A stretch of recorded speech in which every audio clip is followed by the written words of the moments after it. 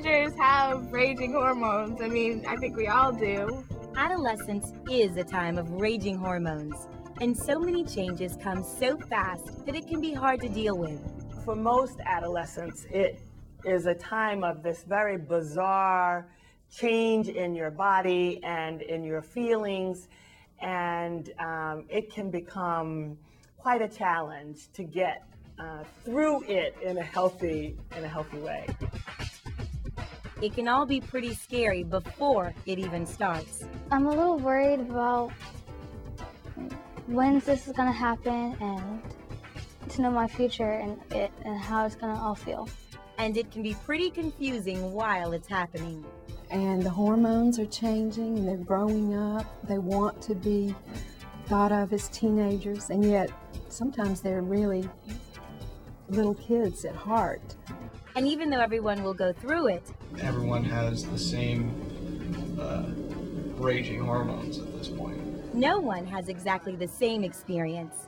Well, I just know it's hard growing up because girls and guys girls will develop a little earlier, and so you're going into middle school and you're looking up and the girls are like 6 inches taller than you. I was really small and really short, and everyone was getting taller, and that was kind of hard because when everyone started wearing like teenage clothes, I was still stuck in the children's department, barely fitting the clothes there.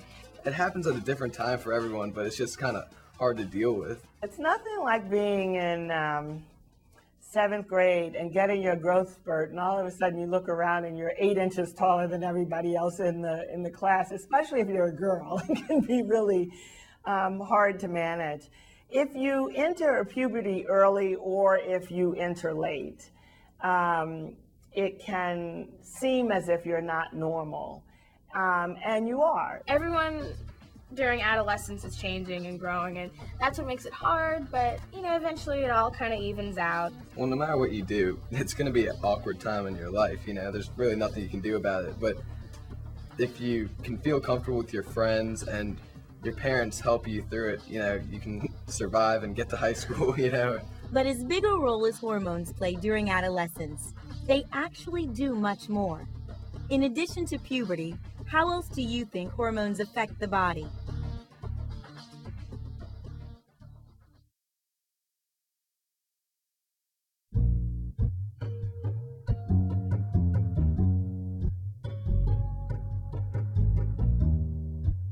Throughout a person's life, hormones affect energy level, growth, the ability to reproduce, bone density, reactions to stress, even body weight and metabolism. 15-year-old Tyler knows firsthand that a natural hormone imbalance can be difficult to deal with. I remember I used to get made fun of, which didn't feel good, of course, and it really wasn't right, but that's unfortunately the way it was. In elementary school, Tyler was the smallest kid in his class, by far. He was actually a pretty big 2-year-old, but as he got to be 5, 6 years old, he started slowing down, and by the time he was 7, it was very apparent, being a head or more shorter than the other kids. Tyler's brother, who was 2 years younger, passed him in height. And it made me want to look into something I wanted to do about my growth. We decided to take him to an endocrinologist. An endocrinologist specializes in hormone-related health issues, how hormones work, and what happens when they don't. There's a rare condition called growth hormone deficiency that can result in marked impairment of growth. That seemed to describe Tyler. After some lab work revealed that his pituitary gland wasn't making enough human growth hormone for him to grow at a normal rate, Tyler was diagnosed with growth hormone deficiency. Without treatment, he probably would not reach even 5 feet tall. They started talking to me about doing a shot to help me grow. At first, Tyler wasn't thrilled about the idea. He hated getting shots, and he would need an injection every day, for years. It was not an easy decision for Tyler to make, but it was very clear that he could benefit from it. And for me, it was not so much a cosmetic decision, but it was something that his body needed to grow. So for the last 5 years, Tyler has been getting injections of human growth hormone every day. I'm 5'6½". And he's gained more than just height. I think I'm more confident with myself, and I'm more confident going up and talking to new people. It's just made a really big difference for him to actually be on eye to eye with his friends. The comments stopped coming up, and I felt more secure with standing around being myself as a taller person, and no one was saying anything, and I could say that girls were looking more, and that's what I guess it's all for. For a growing number of teens and adults today, the hormone they are most familiar with is insulin. That's because more than 18 million Americans currently battle diabetes. Diabetes occurs when the body either doesn't produce enough insulin or can't properly use the insulin it does produce. Insulin is the hormone produced by the pancreas that allows your body to effectively regulate the level of glucose, a sugar, in your blood. I was 14 and I was going for one of my routine checkups that I go for every 6 months, and my blood sugar was over 380. The healthy range is between 70 and 110. And so I had to go to the hospital for 2 days to learn about diabetes and everything. She learned just how serious the disease can be. It can lead to significant cardiovascular problems and problems with risk of stroke and high blood pressure and kidney disease as children grow into adults. The disease can also lead to blindness, amputation, even death if blood sugar isn't well regulated. Teens with diabetes must follow a strict diet, monitor their blood sugar levels, and in some cases, take insulin injections or pills. It's a lot to handle. It's especially a hassle when I'm out with my friends or something like that.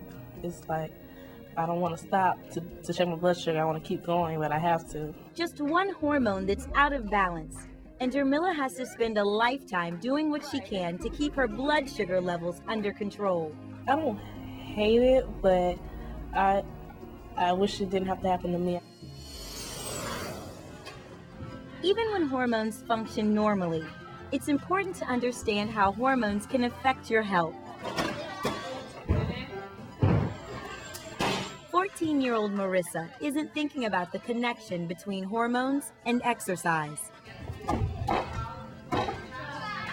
And she isn't thinking about the health benefits of her gymnastics training. She's doing it for a much simpler reason. It's really fun and I love it, and I mean, if I didn't have my friends here, I mean, I don't know what I'd do without them. For her, it's about friends, fun, and competition. But she's also protecting herself from a debilitating problem later in life, osteoporosis. As people age, levels of the hormones estrogen and testosterone decrease. Among other functions, these hormones protect bone. So when levels of these hormones go down, so does bone density. And that can lead to osteoporosis, brittle bones, frequent breaks, and shrinking in height. As you get older, there's a physiological loss of bone mass that happens in both men and women. The more bone that is there prior to the initiation of the bone loss, the better the person is going to be in the end. And you have a good deal of control over how much bone you'll have, but you have a small window of time to make a difference. Bone mass can't be added forever. You have to start early.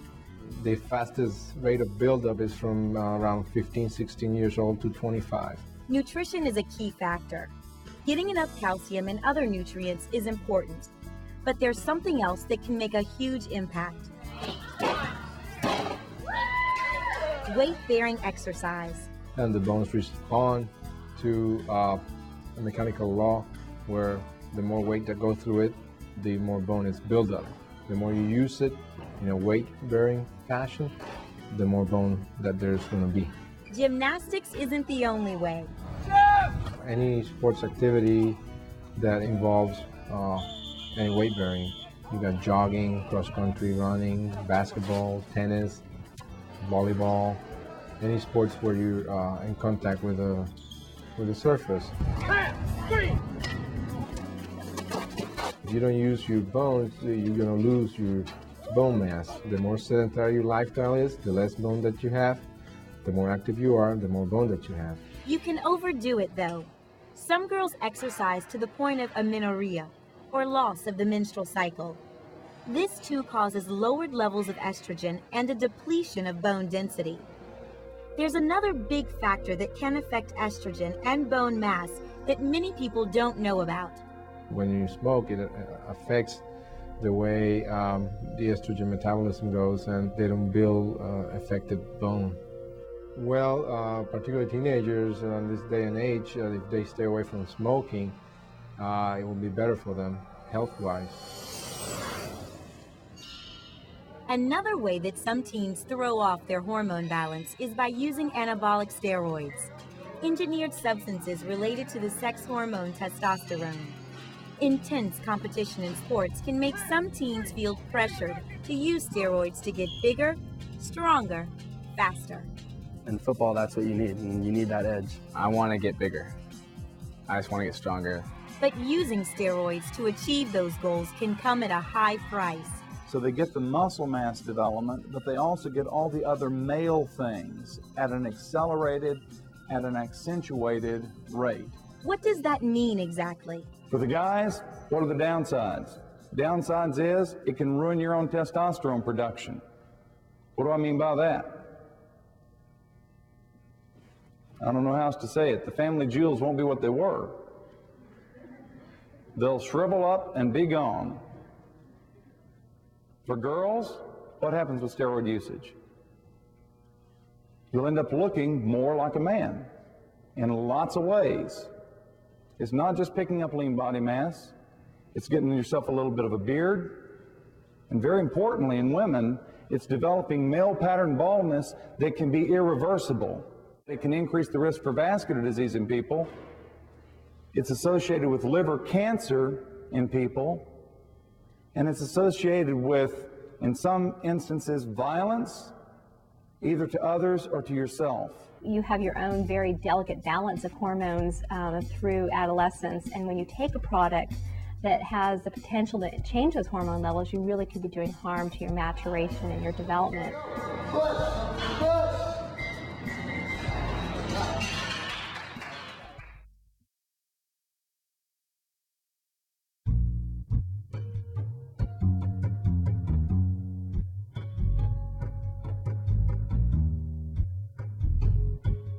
Endocrine disorders and poor health decisions such as smoking and steroid abuse can throw your hormones off kilter, sometimes dangerously so.